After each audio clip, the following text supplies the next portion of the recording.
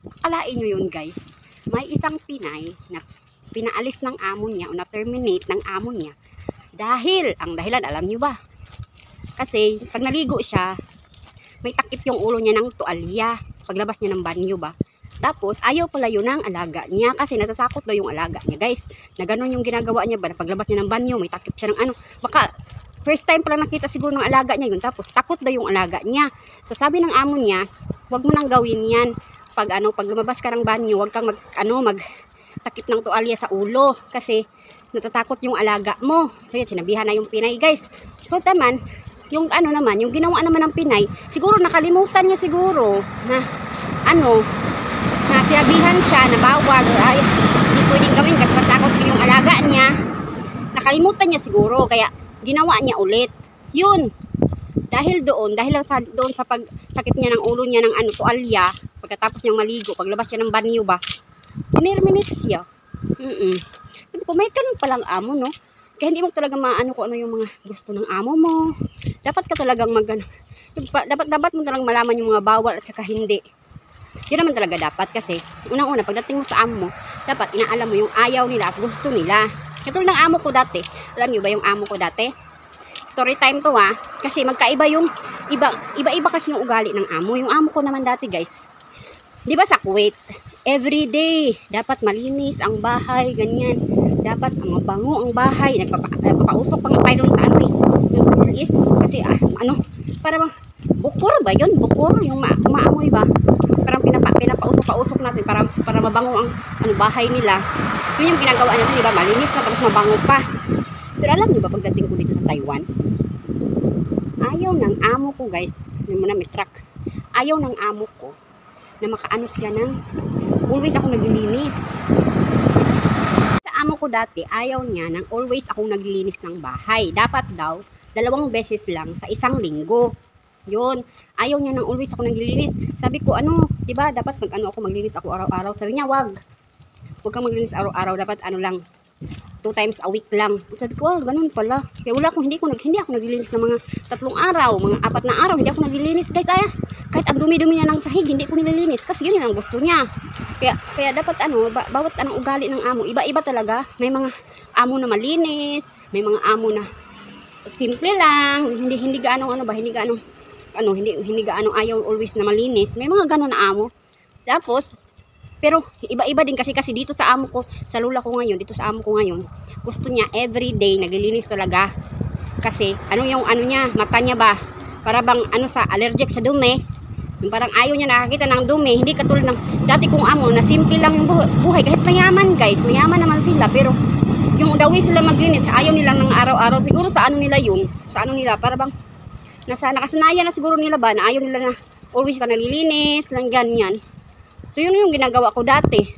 So yung Pinay na yun, naalis siya kasi hindi niya sinunod yung amo niya.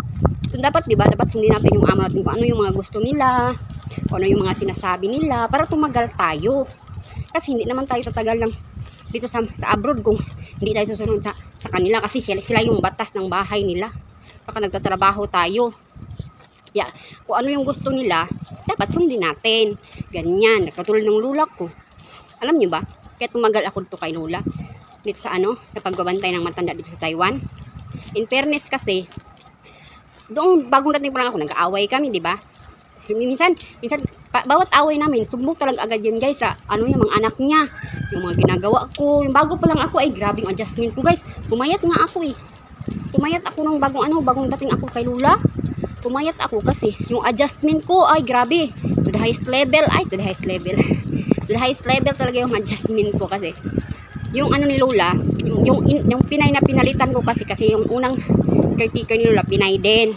Pero yung mga kapitbahay ng yung mga kapitbahay dito sa lugar ni Lola, yung mga nila, yung mga caretaker nila, mga Indonesian, mga from Thailand, from Vietnam, ibang lahi guys. Ako lang yung Pinay. Ako lang yung mag-iisang Pinay talaga kasi parang sila Lola lang yung gusto ng Pinay. Kahit alam nila na pag Pinay yung kinuha nila na na caretaker, hindi nakakaintindi. Alam naman nila yan. Kaya nga, mas maraming mga tao dito na gusto nila ibang lahi yung kinukuha nila kapag alam nila yung matanda, hindi talaga ano ba, gusto nilang nakakaintindi na agad. Kasi yung mga ibang lahi kasi dito, o kapag nag-apply sila dito sa Taiwan, nag-aaral sila ng 6 months or 3 months o 6 months. Yung sinasabi nila, nag-aaral daw sila doon sa bansa nila ng 6 months ng language bago sila pupuntahin dito sa Taiwan. So pagdating nila dito, alam na nila magsalita. Meron nga ako nakitang video na ano, yung bang pinakita yung kung paano sila tinuruan, kung paano sila paano sila mag-exam. As in, salita talaga guys. Ay, grabe yung ano, yung mga tanong. Ay grabe, parang ano, husay na lang magsalita ng ano talaga. Kasi nag-aral, hindi katulad sa Pilipinas na pag nag-apply tayo, wala, mag-ano lang tayo, isang linggo lang yung ano natin ng Mandarin, tapos basic lang. Tapos ang importante lang kasi English. Iba talaga tong kanal ng Taiwan. Ang daming isda. Ito no, ang daming isda dyan guys. Hindi ko lang alam kung makikita nyo yan. Kasi ang daming isda. Kahit ang dumi-dumi ng tubig. Tapos may nangunguha pa dyan oh. Nangunguha siya ng isda. May train. Daanan kasi ito ng train guys. Itong nilalakaran ko. May ano kasi, na ano ko, naputol yung story ko kasi yung mga amiga ni Lula, nandoon na ano ko, nasugatan ba, na ano ko sa lakad ko. Tapos, ano naman sila pag nakita na nagsalita ako mag-isa. Nagsasalitang mag-isa. Kasi pauwi na ako guys, nabili lang ako ng kape. Naglalakad ako ngayon, bumili ng kape kasi hindi ako marunong mag-bike. Kaya dapat pag mapunta kayo dito, dapat marunong kayong mag-bike. Pag-practice na kayong mag-bike dyan kasi lahat naman ng mga bahay dito may bike naman. Tapos lahat talagang caretaker dito guys nagbabike. Ako lang ata yung hindi, char. Ako lang ata hindi marunong mag-bike. Nagtuto naman ako mag-bike. Ano naman ako nag-ano man ako mag-bike dati. Kaso hindi talaga ako maano ba. Para bang nahiya ako kasi may mga kasabay akong bata na nagbabike din. Tapos ako, hindi ako marunong. Kung nakilag ko na, hindi ako marunong. Tapos yung mga bata, ang liliit pa. Ang bilis lang magbike. Kaya yun, hindi na ako nag-practice magbike kasi nakakahiya. Kahit mga bata kasi ito, marunong na magbike. Tapos ako, magpa-practice pa lang para nakakahiya. Kaya hindi na ako nag-practice.